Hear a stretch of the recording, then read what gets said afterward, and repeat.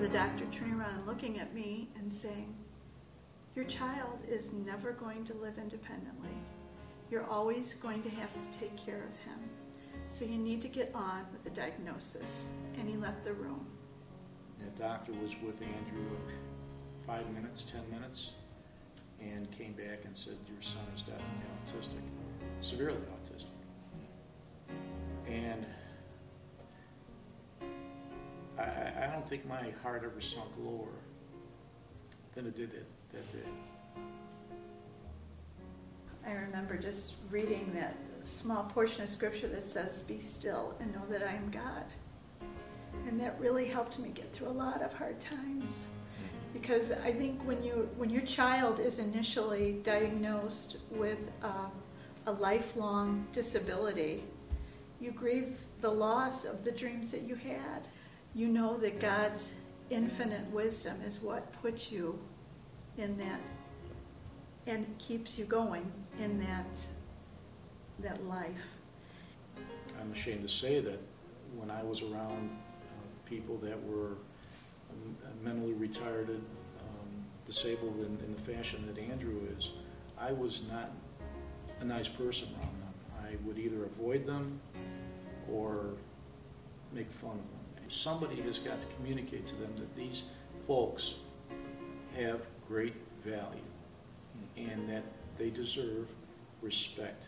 I think, just accepting our children, these young adults, as a vital part of our church.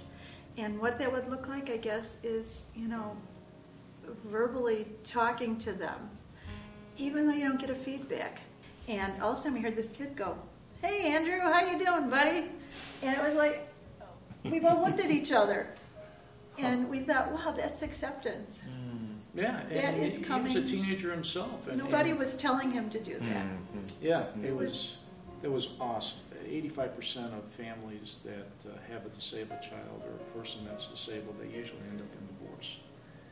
So that when we see families coming into our church here and they have similar problems or struggles, we don't hesitate to walk up to them and welcome them and say, "Join our family." The Take a Break is where the Friendship Ministry, once a month on a Saturday, the first Saturday of every month, we families with disabled kids, disabled members can bring their disabled person to the church here and drop them off for 4 hours, and there they are entertained and taken care of and watched, and it allows 4 hours for that family to go maybe have dinner or walk in the park or just have 4 hours of time alone.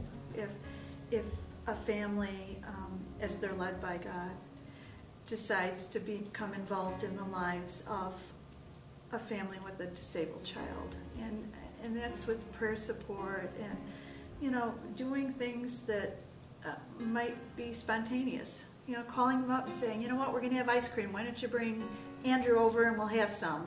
And maybe as the Lord speaks to people in our church or families in our church, they could become involved in the lives of the families with the children with special needs, in the lives of the children with special needs, and begin to understand that they need the same things that we do.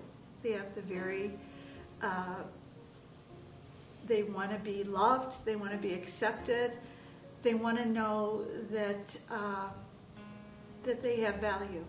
And we know that there's a lot of families out there that do not attend church because they don't have that support network in their churches. And so we have been extremely blessed in that regard. And we can't thank Grace Church enough. You're in the arms of